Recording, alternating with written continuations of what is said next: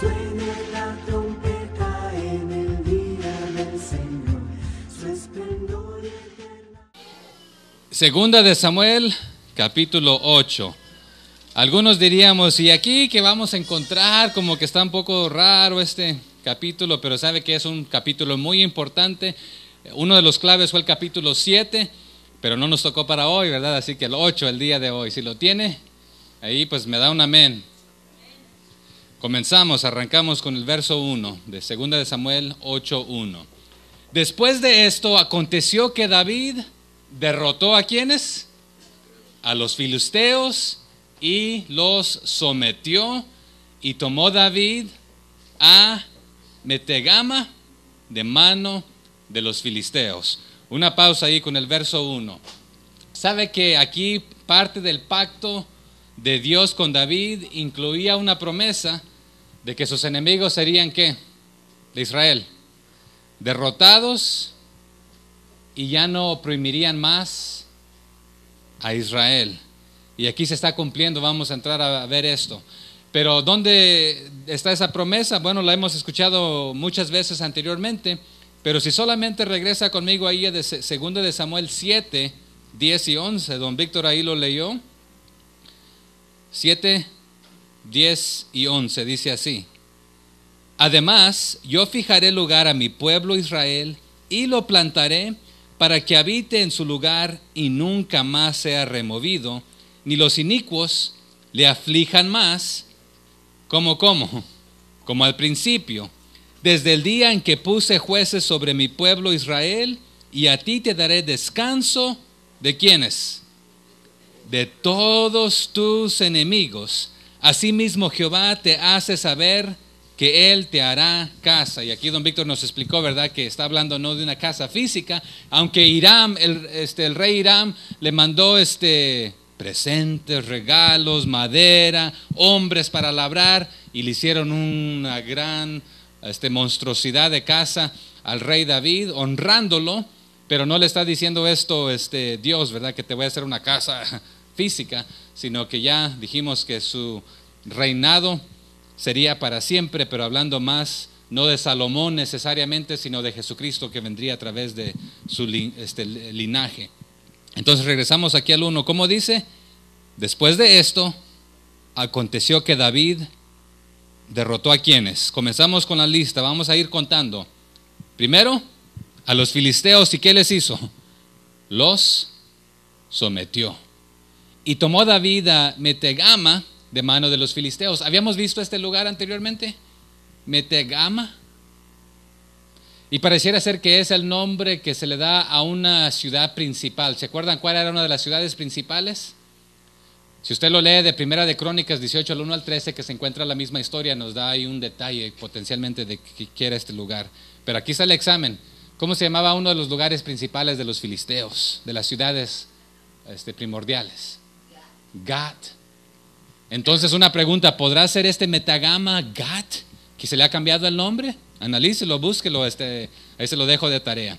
Pero Dios cumplió esta promesa al ayudar a David a derrotar a las naciones que los acosaban, y uno de ellos eran los filisteos. Pero ¿desde cuándo eran los filisteos enemigos de Israel? ¿Se acuerdan cuando salió el pueblo de Israel de Egipto? ¿Por qué no se fueron por acá? Porque ¿quiénes estaban ahí? Los filisteos. Y le sacaron la vuelta, pero de una y otra los han estado acosando. Esta fue la primera batalla que David está peleando contra los filisteos. Su primerita de joven, ¿contra quién fue?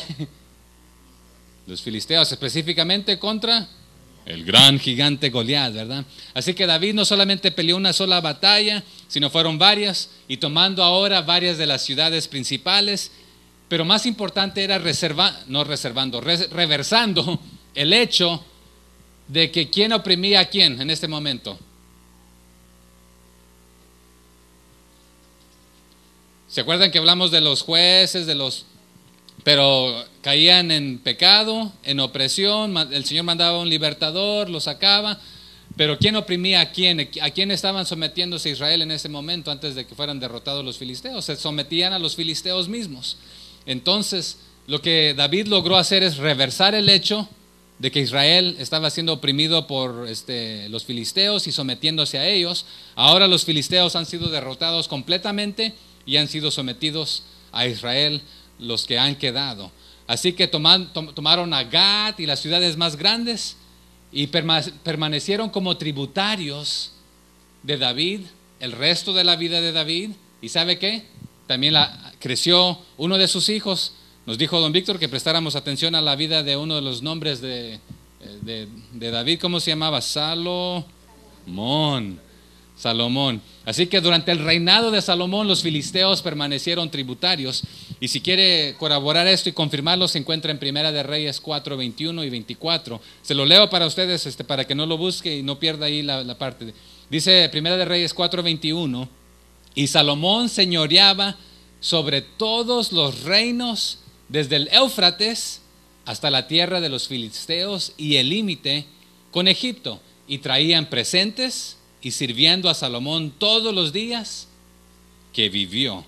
Ahí menciona a los filisteos, dice desde el Éufrates hasta la tierra de los filisteos y el límite con Egipto. Y el 24 de Primera de Reyes 4 dice, porque él señoreaba, hablando de Salomón, en toda la región al oeste del Éufrates, desde Tifsa hasta Gaza. ¿Se acuerdan Gaza? Por ahí, ¿quién apareció en Gaza? Un hombre que también peleó contra los filisteos. ¿Se acuerdan de Gaza? Sansón, bien, muy bien. Sobre todos los reyes al oeste del Éufrates, y tuvo paz por todos lados alrededor. Así que Primera de Reyes 4, 21 y 24 nos hablan de esto. Pero vamos al verso 2. Ahí entonces leímos el 1 de 8:1. Después de esto aconteció que David derrotó a los filisteos y los sometió, y tomó David a Metegama de mano de los filisteos. El 2. Derrotó también a los de ¿dónde? ¿Cuántos van en la lista? Los filisteos. Ahora también a los de Moab. Y dice, y los midió con cordel, haciéndolos tender por tierra, y midió 2 cordeles para hacerlos morir, y 1 cordel entero para preservarles la vida. Y fueron los moabitas siervos de David y pagaron tributo. Así que varias de las naciones enemigas de Israel son mencionadas aquí en este capítulo. ¿Llevamos cuántas? 2, los filisteos y ahora los moabitas. Pero ¿quiénes eran los moabitas? ¿Se acuerdan? ¿Descendientes de quiénes? ¿De quién? De Lot. De Lot. Pero aquí hay una situación muy interesante, ¿sí? Ellos vivían al este del Mar Muerto. Aquí está el Mar Muerto, se los voy a pintar. Aquí está el Mar Muerto aquí abajo. Vivían al este los moabitas. Pero eran familia de David. ¿Se acuerdan? Eran descendientes de Lot. Pero también eran una continua amenaza, no solamente política, sino que religiosa. Los oprimían, los peleaban, y les puedo dar todas las citas hasta donde pelearon. En Números 25, 1 al 3, Jueces 3, 12 al 30, Primera de Samuel 14, 47, y hay un montón de otros pasajes, no los vamos a leer. Eran enemigos continuos. Pero ¿se acuerdan a dónde se fue a refugiar David cuando huía de Saúl? ¿A dónde fue? ¿Uno de los lugares? A Moab. Fue a Moab. Y se acuerdan que también se fue no solamente él solo, sino que ¿a quién se llevó? A sus padres, a su familia, y se llevó a la familia de los 600 hombres. Y la Biblia ya no nos dice qué le pasó a los padres, aunque la historia judía, hay un historiador que se llama Josefo, y él escribió, fue un historiador de renombre, Antigüedades de los Judíos. Él cuenta que potencialmente el motivo que David se vengó de los moabitas fue porque ellos no fueron honestos y sinceros cuando él vivió entre ellos, y que potencialmente ellos mataron a sus padres. Eso es lo que dice el historiador fuera de la Biblia. La Biblia ya no nos, ¿se acuerdan que ya no nos menciona? Ya nomás nos dice, y se fue David con sus mujeres y sus 600 hombres. ¿Y qué pasó? A papá y a mamá. Quizás murieron de edad avanzada, no lo sabemos, y potencialmente murieron en Moab. Pero también hay otras teorías, y las dos no contradicen la Biblia, que le hicieron varias hazañas a David, no le fueron fiel, etcétera, en el trato que tenían mientras él vivió con ellos. Pero bueno, eso es punto y aparte. Pero en Números 24, 17 hay una situación, si se recuerdan. Había un hombre que fue a mandar traer a otro hombre. Y los nombres son muy similares, por ahí comienzan con la B. Y los dos es como Balaam y Balac. ¿Quién mandó a traer a quién para hacer qué cosa? ¿Para que bendijera al pueblo de Israel? ¿Quién se acuerda? Ok. Entonces, el Balaam termina dando una profecía. Pero ahí lo regaña el que lo contrató, le dijo, te traje para que los maldijeras, pero ya van cuántas veces que los bendices. Entonces, ¿qué sucede? En Números 24:17 se encuentra parte de la profecía de Balaam bendiciendo al pueblo de Israel. Muchos dicen que aquí se completa parte de esta profecía, porque la profecía dice así: lo veré, mas no ahora, lo miraré, mas no de cerca. Saldrá estrella de Jacob y se levantará cetro de Israel, hablando de un rey, y herirás las sienes de Moab y destruirá a todos los hijos de Set. Entonces, ¿qué dice este versículo que acabamos de leer? Derrotó también a los de Moab y los midió con cordel, y hablando aquí del cetro de un rey, haciéndolos tender por tierra, y midió 2 cordeles para hacerlos morir y un cordel entero para preservarles la vida. Y fueron los moabitas siervos de David y pagaron tributo. Entonces, en otras palabras, tendiéndolos, acostándolos todos en filas, 3 medidos, estos 2 mueren, les extendió su cetro, este cordel o este lindero, esta línea, esta fila entera, viven. Pero ahí podemos pasar un tiempo más, pero la pregunta es aquí si se cumple parte de porque la profecía de Balaam está larga y el 24:17 es una sola porción, pero aquí aparentemente los moabitas quedan aniquilados, 2/3 partes y 1/3 parte prácticamente viviendo, pero los que vivieron son sometidos al liderazgo de Israel. Continuamos ahí en el verso 3. Dice: asimismo derrotó David ¿a quién? A Hadadezer, hijo de Rehob, rey de Soba, al ir a recuperar su territorio al río Éufrates. ¿Se acuerdan de Soba? ¿Se nos olvidó? Saúl acababa de pelear con el rey de Soba.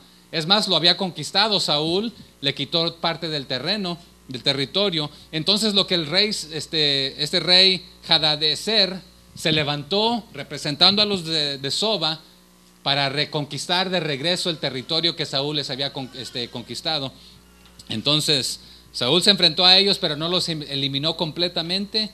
Sí los venció, pero habían reanudado sus fuerzas y pedido ayuda a sus vecinos, y vamos a ver más tardecito en este mismo capítulo quiénes eran sus vecinos, pero la idea era de reclamar de regreso el territorio. Pero este pasaje es muy clave y muy importante, y vamos a descifrarlo aquí en unos segunditos, pero no pierda su pasaje. Sí lo voy a pedir que vaya conmigo a 1 Samuel 14:47, ahí para que recordemos qué es lo que había sucedido con los de Soba.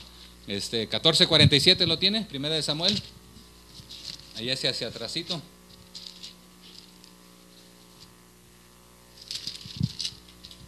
¿Qué dice? Después de haber tomado posesión del reinado de Israel, aquí hablando de Saúl, Saúl hizo guerra a todos sus enemigos en derredor. Y note a quién menciona: contra Moab, contra los hijos de Amón, contra Edom, contra los reyes de Soba y contra los filisteos. Y a donde quiera que se volvía, era vencedor. Así que sí los venció, pero no en su totalidad, porque recobran fuerzas y vienen a causar daño de nuevo. Pero aquí David está terminando de una vez y para siempre en ciertos aspectos. Entonces ya vimos a los filisteos, ya vimos a los moabitas, y ahora aquí estamos viendo a los enemigos que eran contra de Israel, al rey de Soba. ¿Y cómo se llamaba Hadad Ezer, hijo de quién? De Rehob, nos dice ahí el verso 3, ¿verdad? Rey de Soba. ¿Y a qué iba Ahí el 3 nos da la respuesta. Al ir a recuperar su territorio al río Éufrates. Entonces, ¿quién le había quitado este territorio anteriormente? Saúl. Pero aquí se levantaron, pero dijeron, no podemos solos, vamos a conseguirnos a nuestros vecinos. Y vamos a ver que los asirios eran sus vecinos, una raza potente, innumerable, los más fuertes de este entorno en este momento, y potencialmente más fuertes que Israel, y consiguen la ayuda de ellos, que también ellos estaban haciendo fuertes, y vamos a ver qué sucede aquí enseguida. Entonces, la derrota del rey de Soba, Hadadezer, a manos de David, es muy importante. ¿Por qué? Y no los voy a hacer recordar hasta Génesis, pero allá por Génesis, ¿se acuerda cuando entramos en Génesis? ¿Cuándo era enero? Allá en Génesis, Dios le había hecho una promesa a Abraham. ¿Y sabe qué? Aquí se está cumpliendo esta promesa. Aquí se está cumpliendo esta promesa. Entonces la derrota de Hadadezer es muy importante aquí, a manos de David, ya que esto se está cumpliendo otra vez la promesa que Dios dio a Abraham, que Israel, la promesa decía esto, que Israel controlaría la tierra hasta el norte, tan lejos como el río Éufrates. ¿Quieren leerla? Se las leo aquí, si quiere ir conmigo ahí, solo es un versículo para no alargarnos aquí. Génesis 15, 18, veamos qué le prometió, Génesis 15, 18, qué le prometió Dios a Abraham. En aquel día hizo Jehová un pacto con Abraham, diciendo, a tu descendencia daré esta tierra, desde el río de Egipto, donde estaban los filisteos, hasta el río grande, no de allá de Michoacán, ¿verdad? De México, ¿verdad? Sino que hasta el río grande, y no es el río Bravo tampoco. Aquí nos define cuál río, el río Éufrates. ¿Cuándo le había hecho esta promesa? ¿Cuándo había hecho Dios esta promesa? Abraham, allá desde Génesis, que Israel, que su descendencia poseerían hasta el río Éufrates. Y aquí, es al rey de Soba, al rey Hadad-Ezer, que David está conquistando. Ya Saúl lo había conquistado un rato, pero no de completo. Se levantaron de nuevo con fuerza, pero aquí David los derrota y los vence. Seguimos con el 4. Y hablando todavía de del rey de Soba, Hadadezer, ¿qué es lo que sucede con el verso 4? Y tomó David de ellos 1,700 hombres de a caballo y 20,000 hombres de a pie, y desjarretó David a los caballos de todos los carros. Pero note, aquí también hay un pequeño detalle que nos va a resaltar más tarde. Pero dejó suficientes para 100 carros. ¿Suficiente qué? Caballos. Y si usted lee la versión de Crónicas, hay una discrepancia, o discrepancia, ¿es des o dice? Me olvida siempre. ¿Discrepancia? No hay un acuerdo en los números, pareciera ser. Y así encontrará a veces algunas versiones, ya sea que de Primera de Reyes, Segunda de Reyes, o de Crónicas, o Primera y Segunda de Samuel. Quizás en alguna dice 1,000, quizás en otra dice 100, quizás en algunas dice 7,000 y en otras dice 700. Pero en los números hebreos, a veces lo que varía solamente es un puntito para hacer la diferencia. La base es la misma. Entonces a veces no es de que es un error en la Biblia, sino que en la traducción a veces de que, bueno, decía 700, decía 7,000, decía cuántos. Entonces ya esto es en nuestras versiones, pero si regresamos otra vez a lo original, a veces ahí otra vez, o aún en las copias que se hacían, te faltó el puntito, le pusiste un puntito, ¿cuál era? A veces otra vez, y no vamos a hablar de los números tantos aquí, pero lo que resalta más es lo que termina haciendo aquí David. ¿Qué hizo? Dejó suficientes para 100 carros, caballos. Pero ¿por qué entra esto aquí?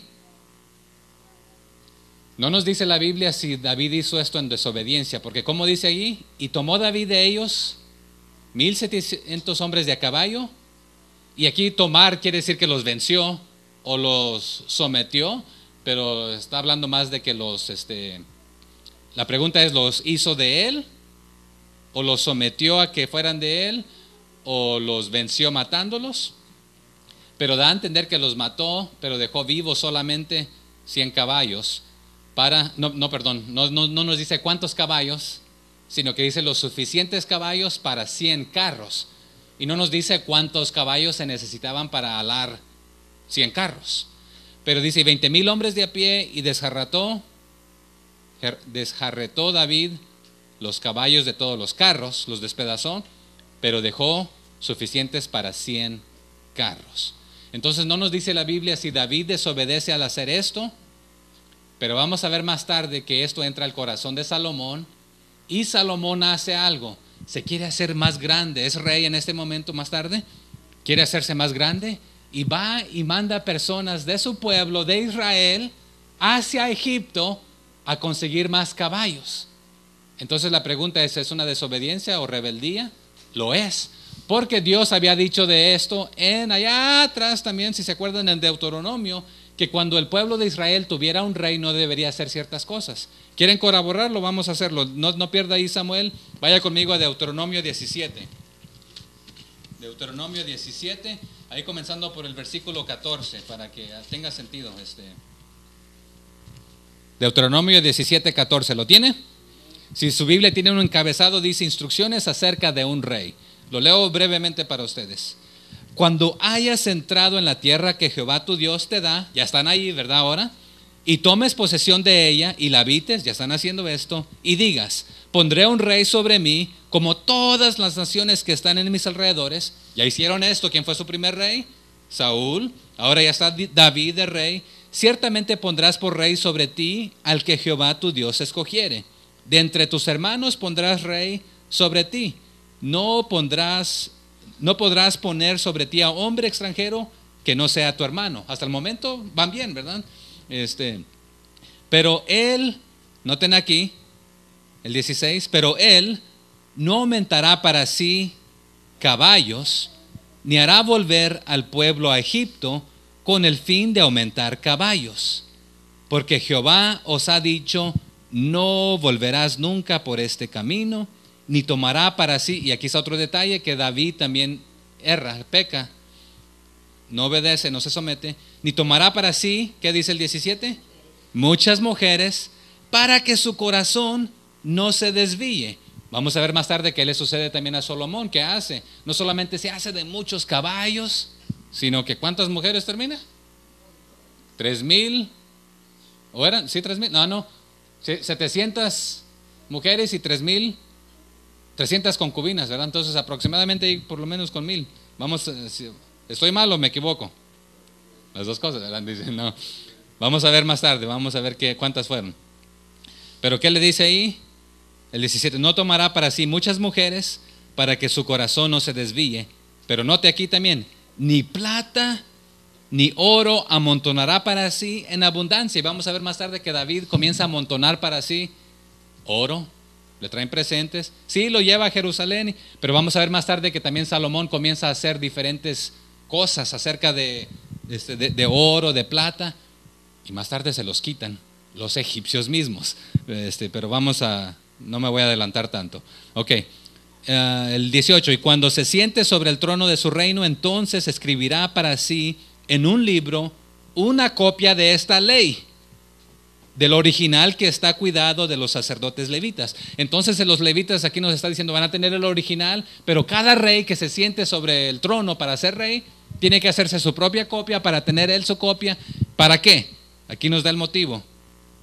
El 19, y lo tendrá consigo y leerá en él, ¿qué dice?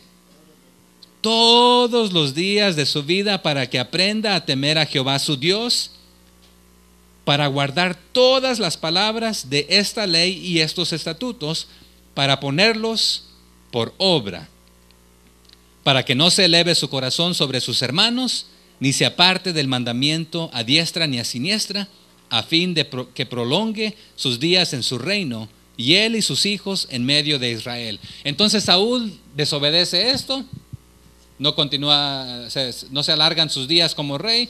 David obedece mucho mejor, pero está como que desobedeciendo en algunas cositas aquí. Entonces aquí el versículo 4 de 2 de Samuel, capítulo 8, dice, y tomó de ellos 1,700 hombres de a caballo y 20,000 hombres de a pie, y desjarretó David a los caballos de todos los carros, pero dejó suficientes para 100 carros. Pero no nos aclara si fue en desobediencia a lo que había dicho, pero sí vamos a ver a Salomón desobedeciendo y mandando a israelitas a traerle caballos de Egipto mismo para hacerse más grande, más poderoso y tomando más mujeres, no contentándose con la una. Pero Davidcito, ¿qué ha hecho? Ay, ay, ay. En el capítulo 6 vimos que le nacen varios hijos. En el capítulo 5, ¿fue en el 5? ¿O fue en el 4? ¿Cuál fue? Vamos a ver aquí regresando. En el capítulo 3, perdón, le nacen los primeros hijos. ¿Cuántos fueron? ¿7? ¿6? 6. Pero ahí tomó más mujeres. Ahí nos menciona las 6, ¿verdad? En el capítulo, cuando ya toma Jerusalén, ¿cuántos más le nacen? Creo que 11, si no me equivoco. Tiempo de examen. ¿Fueron 11? ¿Quién recuerda? ¿Un montón? 12.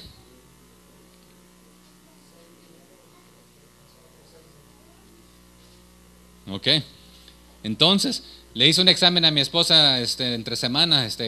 Dime cuáles son los hijos de Salomón. De David. La mayoría de nosotros podemos mencionar a quién. A Salomón. ¿A quién más? ¿Cómo dijo? Absalón. ¿Y a quién más? De ahí casi la mayoría no pasamos, ¿verdad? Pero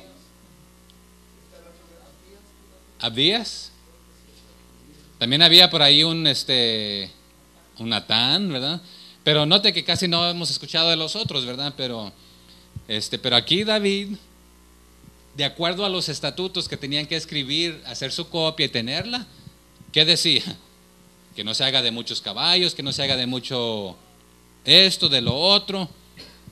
Y la pregunta es, ¿qué está entrando a su corazoncito? ¿Y qué lo está desviando? Y vamos a ver más tarde otra vez qué es lo que desvía más tarde a Salomón, ¿verdad? Pero no nos aclara aquí, pero se deja como suficientes caballitos para hacerme 300 carros. Para él, para su ejército, para engrandecerse. No nos lo aclara, pero por ahí está entrando ahí un detalle que más tarde va a resaltar. Ok, verso 5, continuamos en 2 de Samuel capítulo 8, verso 5. Y vinieron los sirios de Damasco. Entonces, ¿se acuerdan que les dije que Saúl había ya hecho guerra contra los de Soba? Pero aquí nos aclara el 5. Y vinieron los sirios de Damasco para dar ayuda ¿a quién? A Hadadezer, que Saúl ya había derrotado al rey anterior de Soba.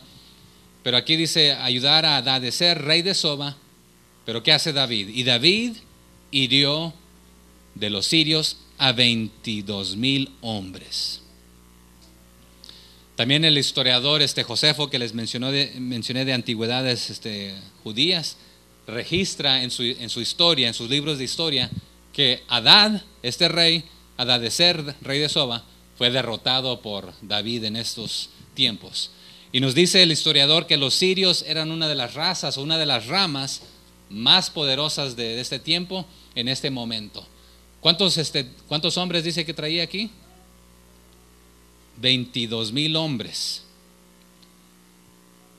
Pero los de Hadadezer, rey de Soba, los de Soba necesitaban ayuda.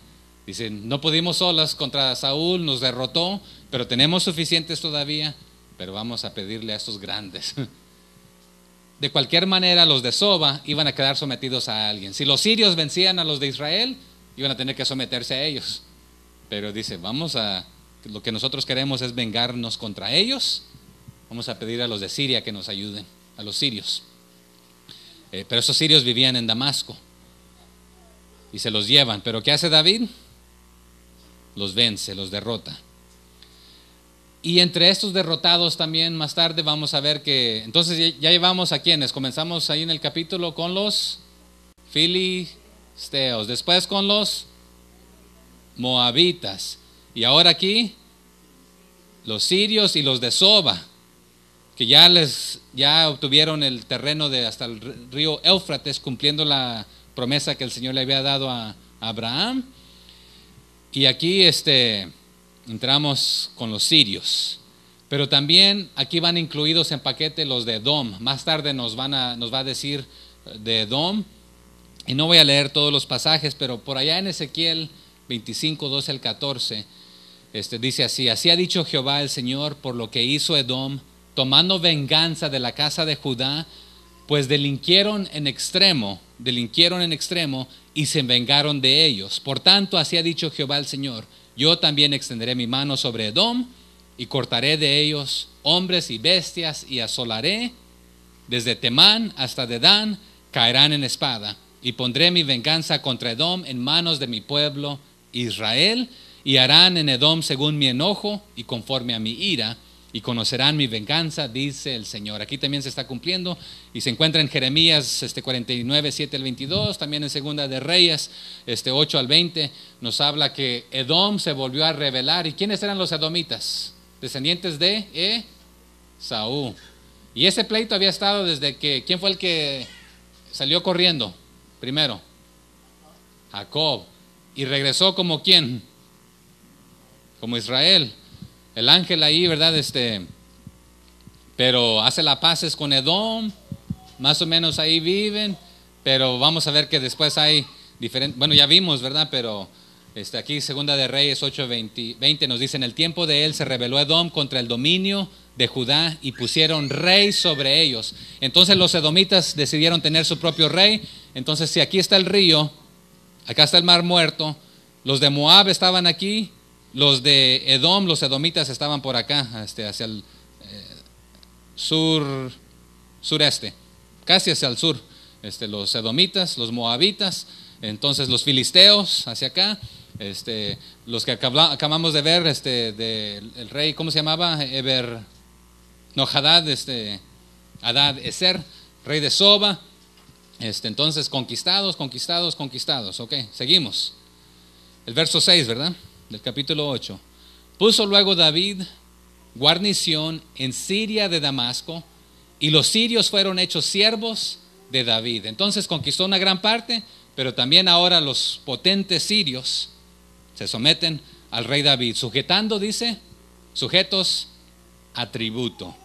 Y Jehová dio la victoria a David por donde quiera que fue, nos dice el verso 6. Entonces, ¿qué significa guarnición? Vamos a hacer una pausa ahí. ¿Qué puso? Guarnición. ¿Qué escuché? Comida. Y hablamos con don Víctor, ¿verdad? Que a veces entendemos que esta palabra es la guarnición, es lo que va ahí extra, que adorna el plato, ¿verdad?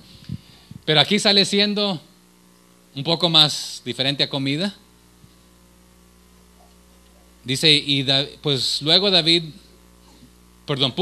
David guarnición en Siria. Esta guarnición tenía un propósito, aquí no lo dice, y los sirios fueron hechos siervos de David, sujetos a tributo. Hoy en día, en los países donde gobiernan los diferentes grupos políticos, o donde también gobiernan los narcos o diferentes poderes de diferentes, ¿qué hacen algunos grupos para someter a otros? ¿Qué tienen que pagar? ¿Una qué? Extorsión o una cuota.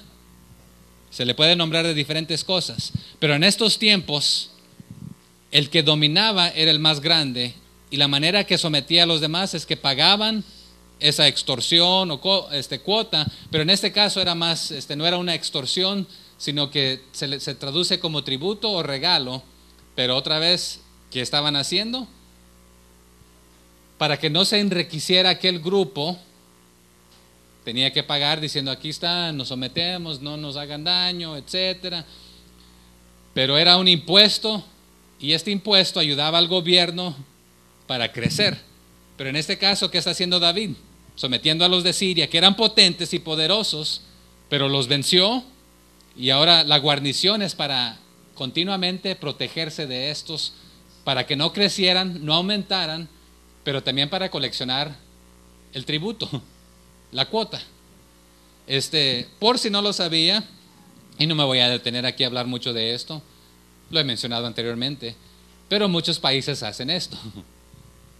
Ayudan, pero también someten, pero también tienen acá: vamos a protegerte, pero es para protegernos, y si estamos ahí nos protegemos de aquellos, para que no, cuando vengan aquellos de aquí nosotros podemos contrarrestar, y no tienen que venir hasta acá. Entonces, mientras te estamos ayudando, también invierte tú, invertimos nosotros, pero te estamos defendiendo de aquellos para que no vengan. pero en este caso se están sometiendo, pagando este impuesto para que no crezcan, pero también demostrando que la nación conquistada está bajo el dominio de la que se está haciendo más grande. Entonces, hablemos aquí brevemente.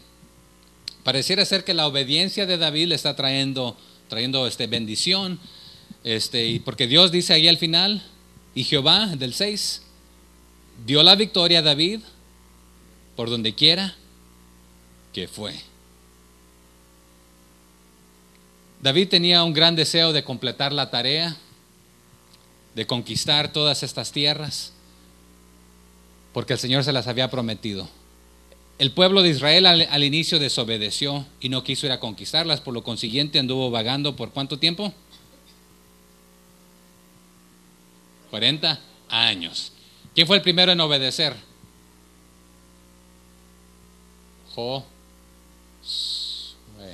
Josué, ¿verdad? Él comenzó a reclamar la mayor parte de la tierra, a repartirla, conquistarla. David quería terminar esa tarea. David quería terminar esa tarea. Pero, ¿sabe a quién más conquistó David que no nos menciona aquí precisamente en este capítulo? A los jebusitas. Bueno, sí nos lo menciona, que estaban ¿dónde? En Jerusalén. A los filisteos de Gad al oeste. A los amonitas que estaban hacia el norte. A los al sureste, perdón. Bueno, había amonitas y los se me fue el nombre de los otros al norte. Los amonitas estaban al este, al sureste. Los rafaitas, también a los aramitas, creo que se traduce del español, no arameos, pero Aramean se dicen en inglés y se me fue en español, pero los de Aram prácticamente, a los edomitas al sureste, etcétera, ¿verdad? Entonces, David está completando la tarea que se les había dado y hasta este momento terminan poseyendo toda la tierra que el Señor les había prometido y se cumple la promesa de Dios otra vez que se le dio a Abraham hasta el río Éufrates y marca todos los linderos aquí. Pero continuamos, el verso 7, ¿qué dice? Y tomó David los escudos de oro que traían los siervos de ¿quién? Hadadezer, y los llevó a Jerusalén. Más tarde otra vez Salomón haría también escudos de oro, de tanto oro que había acumulado Salomón, pero los va a terminar perdiendo a manos de otro rey. Un rey de Egipto se llama Sesac, los va a terminar perdiendo. Y eso lo encontraremos allá en Primera de Reyes 14, 25 al 28, que otra vez se enamora tanto del oro y se hace de tanto que lo termina perdiendo a manos de Egipto. El verso 8, asimismo de Beta y de Berotai, ciudades de Hadadezer, tomó el rey David gran cantidad de ¿qué? De bronce. Entonces oyendo Toi, rey de Amat, que David había derrotado a todo el ejército de Hadadezer, en otras palabras, no puede ser. ¿Quién venció aquí? No. Wow, ok. Entonces voy a mandar a mi hijo. Vamos a ver por qué manda a su hijo, ok. ¿Leí el 9 ya? Entonces oyendo Toi, rey de Amat, que David había derrotado a todo el ejército de Hadadezer, el 10, envió Toi a Joram, su hijo, al rey David, para saludarle ¿cómo? Pacíficamente. ¿Y para qué? Para bendecirle, porque había peleado con Hadadezer y lo había vencido, porque Toi era enemigo de Hadadezer y Joram llevaba en su mano utensilios de plata, de oro y de bronce. Entonces, ¿qué le está mandando este rey? Presentes, regalos para bendecirle. Has eliminado a los que nos oprimían a nosotros, nuestros enemigos, no podíamos con ellos, pero no podemos creer que los has vencido, qué bien. Pues ¿sabes qué? Estamos de tu lado, porque si los conquistases a ellos, nos vas a conquistar a nosotros. Mejor nos hacemos de tu lado. Aquí están unos tributos, unos regalos, unos presentes, para darte a entender que estamos de tu lado. Y aquí no hay pelea, porque como dice, lo mandó pacíficamente, ¿verdad? El 11. Los cuales el rey David dedicó a Jehová, con la plata y el oro que había dedicado de todas las naciones que había sometido. Entonces hasta el problema, hay problema. Digo, hasta el momento hay problema. Son presentes, son regalos, son tributos, y no los está acaparando para sí mismo. Se está haciendo de oro, de plata, de diferentes cosas. Porque aquí el 10 nos dice qué quería hacer este rey, bendecirlo, ¿verdad? Dice pacíficamente y para bendecirle. Pero hasta el momento David está tomando esto y dedicándolo ¿a quién? A Jehová. Con la plata y el oro que había dedicado de todas las naciones que había sometido. Una pausa allí. ¿Será malo tener posesiones en esta vida? Mientras no te posean a ti y no te manipulen o te inclines a ellas. Pero otra vez vamos, ya después en el Nuevo Testamento que aprendemos que nos dice la Biblia que nos dice el amor, nos dice el dinero es la raíz de todos los males, ¿verdad? Ajá. Pero algunos dirán que es el dinero. El dinero no es malévolo, no es, el dinero es amoral, no es bueno ni malo. Pero también Jesús le dijo a un grupo, no puedes servir a dos señores. No puedes tener dos jefes, dos reyes, dos líderes en tu vida, porque o vas a amar a uno y vas a menospreciar al otro. Y aquí específicamente está hablando del dinero. No puedes amar a Dios y amar al dinero. Necesitamos el dinero en la vida, pero el dinero no es el todo en la vida. Pero cuando es tu todo, es tu enfoque, es tus fuerzas, tus energías, tu trabajo, tu vida cotidiana, tu enfoque, es para tener, para disfrutar, para vivir. Y no estoy diciendo otra vez que tener, disfrutar y vivir es malo, pero cuando es tu pasión y tu todo, tu centro, valió. Allí por ahí hay una película para niños, ¿quiénes son esos que producen las películas de niños? Se me va, Disney, ¿verdad? Que se llama Aladdin, que por ahí se encuentra la lamparita, ¿verdad? Y dice el genio, toda mi vida, en esta película, ¿verdad? No he encontrado a nadie que no le entre eso de querer más y más y más. Entonces, lamentablemente dice, todos piden más y más y más y nunca es lo suficiente, ¿verdad? Pero en esta película, pues este muchacho dice, ¿sabes qué? Te va a dar la libertad, etcétera, ¿verdad? Pero es el único que puede romper esa rutina ahí. Se hizo un estudio. Quiero hacerles esta pregunta a ustedes. Si usted tuviera lo doble o lo triple de lo que tiene el día de hoy, ¿sería más feliz?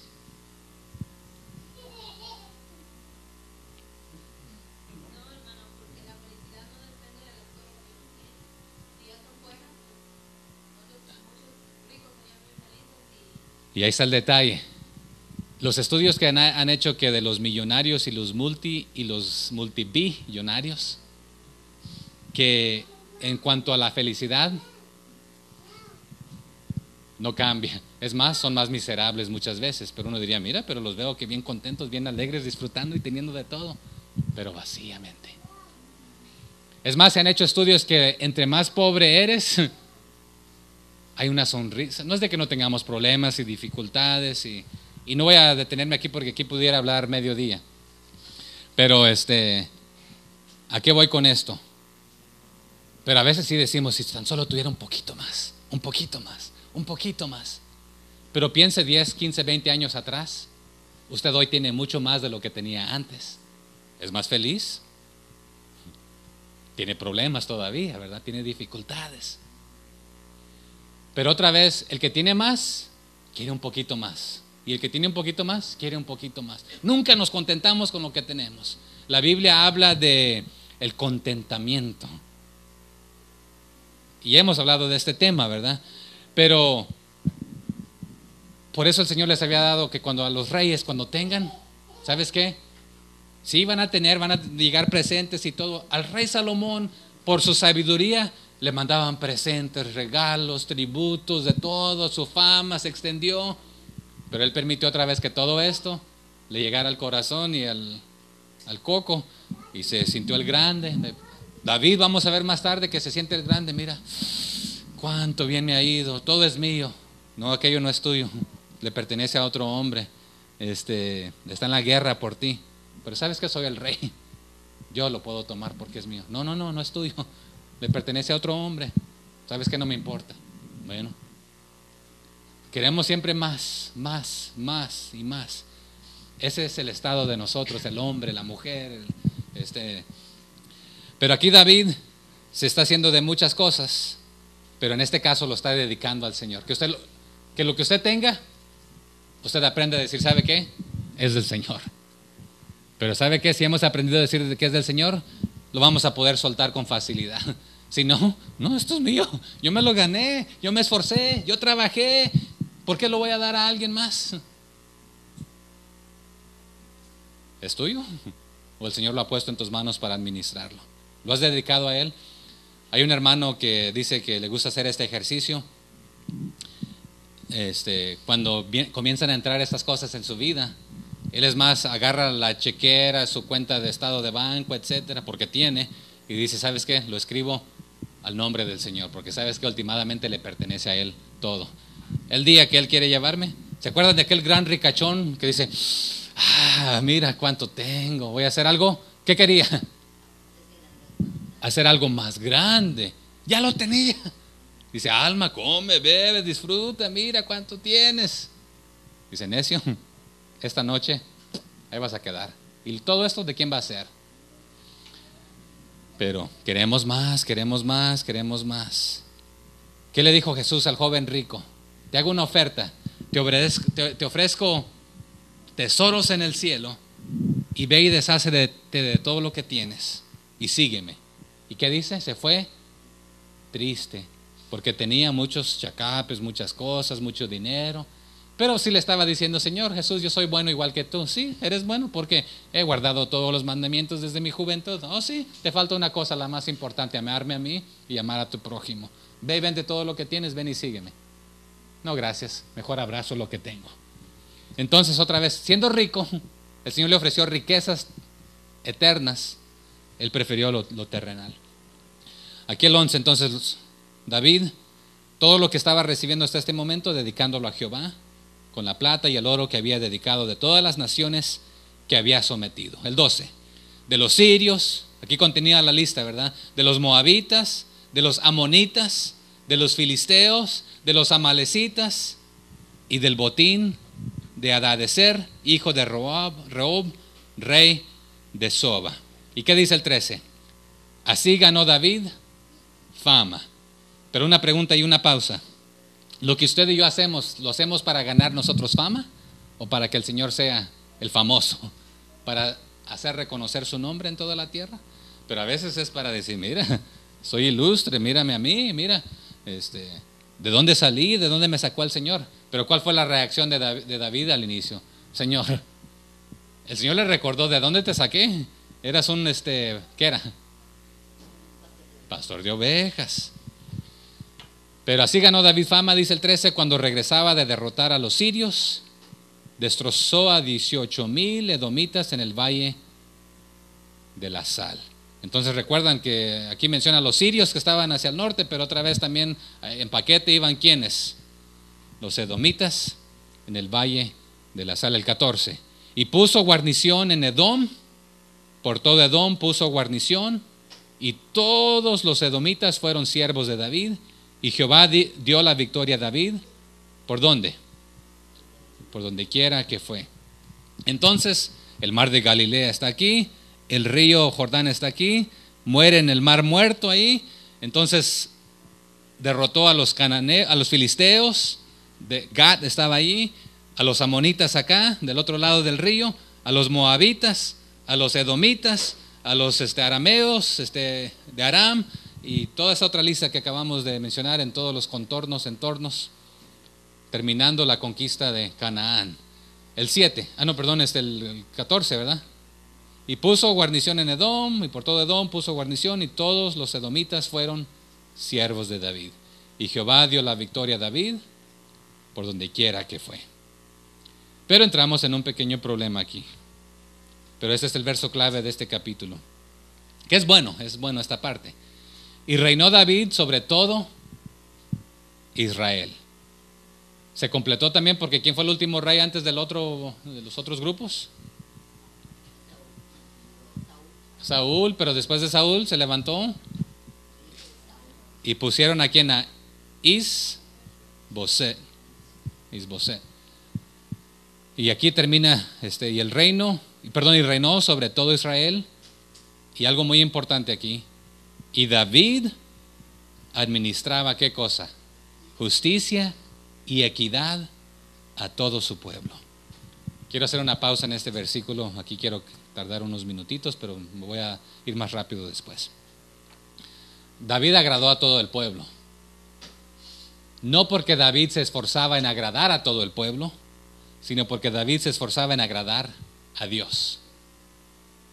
Dice, y David administraba justicia y equidad, ¿a quién? A todo el pueblo. Pero quiero contarle algo. Es más, no pierda ahí, lea 2 de Samuel 3:36 conmigo. 2 de Samuel 3:36.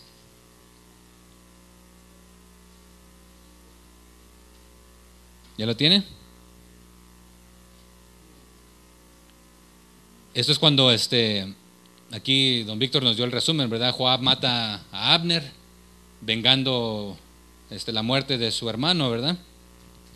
Pero David dio a entender de que esto no venía de instrucciones de él, se hizo sin que él lo supiera. Entonces él quería darle a saber a todo el pueblo de que él era inocente en cuanto a esto. ¿Y qué fue lo que hizo ahí en 2 de Samuel 3:36? Todo el pueblo lo supo y le agradó, pues todo lo que el rey hacía, ¿qué cosas? ¿Qué sucedía? Agradaba a todo el pueblo. Entonces otra vez, no es de que se estaba lavando las manos aquí de algo que hizo, sino que quiero que ustedes sepan que yo soy inocente en cuanto a esto, pero esto agradaba al pueblo, porque también aquí él pregonó de que bueno, vamos a llorar y vamos a guardar respeto para estas situaciones que han sido hechas de una manera no apropiadas. Pero aquí está un detalle. Mi esposa y yo hablábamos de este tema. Algunos de nosotros, nuestra naturaleza es querer agradar a la gente. Algunos de nosotros nos importa un pepino, un comino lo que la gente piense. Pero algunos de nosotros estamos diseñados de querer agradar a la gente. Pero le tengo una noticia. Cuando nuestra intención y nuestro esfuerzo es intentar agradar a la gente, vamos a terminar desagradando a todos y vamos a salir mal con todos. Mejor procuremos agradar a audiencia de uno, a Dios. Y cuando usted se esfuerza para agradar a Dios, también va a agradar a aquellas personas quienes se esfuerzan en agradar a Dios. Pero no quiere decir que la gente no va a hablar mal de usted y que por acá va a estar uno descontento, otro enojado, otro molesto, por acá alguien se va a ir, por acá alguien ya no le va a hablar. Pero cuando usted quiere, y no vamos a hablar de temas aquí, de diferentes, pero pudiéramos, ¿verdad? De que es que a mí no me gusta esto, es que yo prefiero aquello, y es que para mí esto es mejor, y yo sugiero que sería así, y pastor, yo le sugiero que mejor usted haga esto, pero acá alguien le está diciendo, pastor, yo le estoy sugiriendo que usted haga esto, yo soy el que más diezmo, así que sométase. Pero si estamos así, vamos a andar ahí que al que más fuerte lo diga, al que con más astucia manipule. Manipulación es un tema que resalta aquí. Pero David no estaba manipulando, él estaba queriendo honrar y agradar solamente a Dios, por lo consiguiente agradaba al pueblo porque estaba viviendo de una manera justa y con equidad. No quiere decir que no tenía sus errores y cometió algunos horrores también, ¿verdad? Pero otra vez, mayormente, estaba honrando y glorificando al Señor. Así que preocupémonos por agradar a uno, a Dios. Pero aquí está un detalle. Dice el 15, y reinó David sobre todo Israel, y David administraba justicia y equidad a todo su pueblo. El reinado de David fue caracterizado por ser equitativo y justo. Fue justo en interpretar la ley, fue siendo equitativo en administrar castigo. ¿Se acuerdan cuando fue rey, dijeron, ¿quieres que vengemos a tus enemigos? No vamos a matar a ninguno. También cuando se acuerdan aquellos que se quedaron y no fueron a conquistar, a reclamar a sus familias, los hombres malévolos que fueron y ayudaron, pero enojados de que nosotros nos esforzamos más que estos 200 que no pudieron ir, no les vamos a dar nada más que sus familias y los vamos, no, tranquilos, vamos a ser parejos. Entonces, cuando alguien cometía algo que el que largó la mano supuestamente sobre el ungido del Señor, ¿sabes qué? Por tu propia boca. Vamos a hacer aquí. A los que le trajeron la cabeza de, ¿a quién fue que mataron dormido en su casita ahí tomando su siesta? Al hijo de Saúl. Ellos con la buena noticia de que mira, nos vamos a engraciar en los ojos. ¿Sabes qué? Esto que han hecho fue de cobardía porque lo hicieron cuando estaba el hombre dormido. Es inocente. Y ustedes hicieron esto. Vamos a ser equitativos aquí, parejos, va a haber justicia.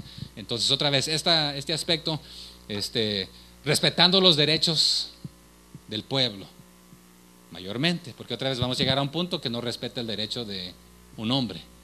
Pero hasta este momento ha estado respetando el derecho del pueblo. También reconociendo la responsabilidad del hombre hacia Dios, otra vez sometiéndose a esto. Pero no debería sorprendernos porque todo Israel estaba dispuesto ahora a seguir a este rey David, porque otra vez lo que él hacía era para agradar a Dios y agradaba al pueblo, por lo consiguiente no cuestionaban y vamos a seguirlo, vamos a someternos, vamos a obedecernos. Pero vamos a continuar aquí. Entonces, ¿por qué fue bueno que David siguiera la justicia? Pregunto. Era lo que agradaba a Dios, pero más allá era también que era esto, ¿verdad? Pero era un mandato de Dios. Leo para ustedes en Deuteronomio 16, del 18 al 20. Deuteronomio 16, 18 al 20. Déjenme lo encuentro aquí. Si alguien lo tiene, que me lo lea, por favor. Deuteronomio 16, 18 al 20. Ya le gané, creo. Dice: administración de la justicia. Jueces y oficiales pondrás en todas tus ciudades que Jehová tu Dios te dará, en tus tribus, los cuales juzgarán al pueblo con justo juicio. No tuerzas el derecho, no hagas acepción de personas, ni tomes soborno. ¿Y qué dice? Porque el soborno ciega los ojos de los sabios y pervierte las palabras de los justos. La justicia seguirás para que vivas y heredes la tierra que Jehová tu Dios te da. No plantarás ningún árbol para acera cerca del altar de Jehová tu Dios, que tú te habrás hecho, ni te levantarás estatua, lo cual aborrece Jehová tu Dios. Entonces aquí está hablando de la administración de justicia, y David había sido un buen ministrador, había administrado justicia de una manera correcta. También fue bueno que David siguiera la justicia, porque ahí mismo en Deuteronomio 32:4, que alguien ahora sí me lo busque, era parte del carácter de Dios en este aspecto. Entonces no solamente la justicia, pero ¿qué nos dice Deuteronomio 32:4? Él es la roca, por ahí algo así dice, cuya obra es perfecta. Porque todos sus caminos son rectitud, Dios de verdad, ¿verdad? Él es justo y recto, sin ninguna iniquidad en él, y él es justo y recto. Esta es parte de la característica del carácter de Dios. Entonces, era de beneficio para David ser obediente, ser justo, en cuanto aquí nos dice Deuteronomio, 2 de Samuel 8 en adelante, ¿verdad? Que estamos viendo que fue justo, equitativo, representando el mismo carácter de Dios hasta cierto punto, ¿verdad? Entonces, diciendo allá Deuteronomio que Él es la roca, cuya obra es perfecta, porque todos sus caminos son rectitud. Dios de verdad y sin ninguna iniquidad en Él, es justo y recto. Así que las leyes de Dios tenían la intención de establecer una sociedad justa. ¿Alguna vez usted ha necesitado justicia, hermanos? ¿Le han hecho alguna injusticia? ¿Verdad que queremos que se haga justicia cuando nos hacen algo malo? Pero queremos gracia también cuando fuimos nosotros los que cometimos el error. Pero aquí David otra vez está siendo justo, y el Señor estableció la justicia porque esto le honra y le glorifica a Él. Si queremos misericordia, hermanos, tenemos que otorgarla. Si queremos justicia, seamos justos, porque a veces nosotros queremos meter una por acá, una debajo de la mesa. Mira, me salí con la mía en esta. Me fue bien, le bajé esto, aquello.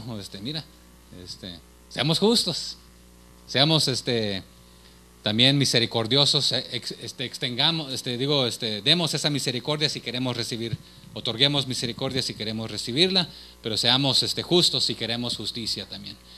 Aquí terminamos, el 16, 17 y 18 son los últimos, ¿verdad? Joab hijo de Sarbia, era general de su ejército, y Josafat, hijo de Ahilud, era cronista. ¿Qué es cronista? Los hechos. El que escribía las crónicas, las de las batallas. Entonces este es el que iba registrando todo esto, ¿verdad? El cronista. Hoy en día le diríamos quizás periodista, pero el periodista va y investiga y pregunta, pero el cronista está presente allí y está anotando, ¿verdad? Ok. Sadoc, hijo de Ahitob, y Amilec, hijo de Abiatar, eran sacerdotes. Entonces, ¿se acuerdan que entramos a una etapa de reyes? Pero otra vez no quiere decir que se eliminaron a los levitas, a los sacerdotes. Aquí continúa, dice Sadoc, hijo de Ahitob, y Amilec, hijo de Abiatar, eran sacerdotes. Seraías era escriba. Era escriba. ¿Qué hacían los escribas? Escribir, ¿verdad? Pero un escriba se encargaba de hacer las copias de la Biblia, porque ¿se acuerda cuál era la tarea? Los levitas iban a tener las originales y al rey se le iba a dar una copia de los estatutos, de los mandamientos, para repasarlos todos los días, para aprenderlo, para aplicarlo, etc. Benaía, hijo de Joiada, estaba sobre los ceroteos y peleteos, y los hijos de David eran los príncipes. Y aquí los hijos de David entendemos que eran los príncipes, los siguientes que iban a tomar el liderazgo de ser el próximo rey, que vamos a aprender que Salomón sigue siendo el siguiente, ¿verdad? Pero ¿qué son cereteos y peleteos? ¿Alguien investigó?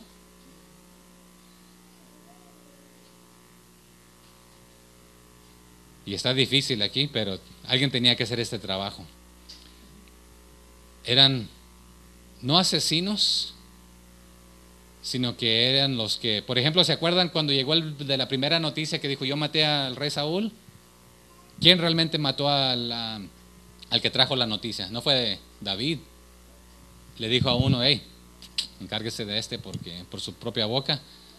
Y cuando llegaron los otros dos hermanos diciendo, nosotros nos echamos a ¿cómo se llama? Isboset,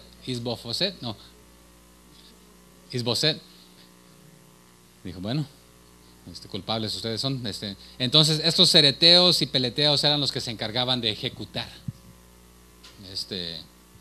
Entonces tenían un trabajo difícil ahí, y los hijos de David, dice, eran los príncipes. Okay, ahí termina el capítulo 8. Pero aquí en el capítulo 9 vamos a entrar mañana y vamos a entrar a aprender de que se cumple también una promesa que David había hecho, porque comienza a rastrear y buscar, ¿ha quedado alguien de la familia de Saúl? Ah, por ahí quedó un minusválido. ¿Cómo se llamaba? Mefiboset. Y vamos a hablar de esto mañana, ¿verdad? Gracias por su participación, su atención. Ahí fuimos corriendo porque se nos iba el tiempo, ¿verdad? Pero sigamos aprendiendo. Pero puntos importantes de aquí: seamos justos, seamos misericordiosos, aprendamos a ser equitativos, pero también a obedecer la palabra del Señor. Y cuando estamos en la presencia del Señor y tenemos la presencia de Dios, el Señor va a bendecir lo que usted hace. Pero cuando usted hace lo que usted le dé la regalada gana, cualquier cosa puede suceder.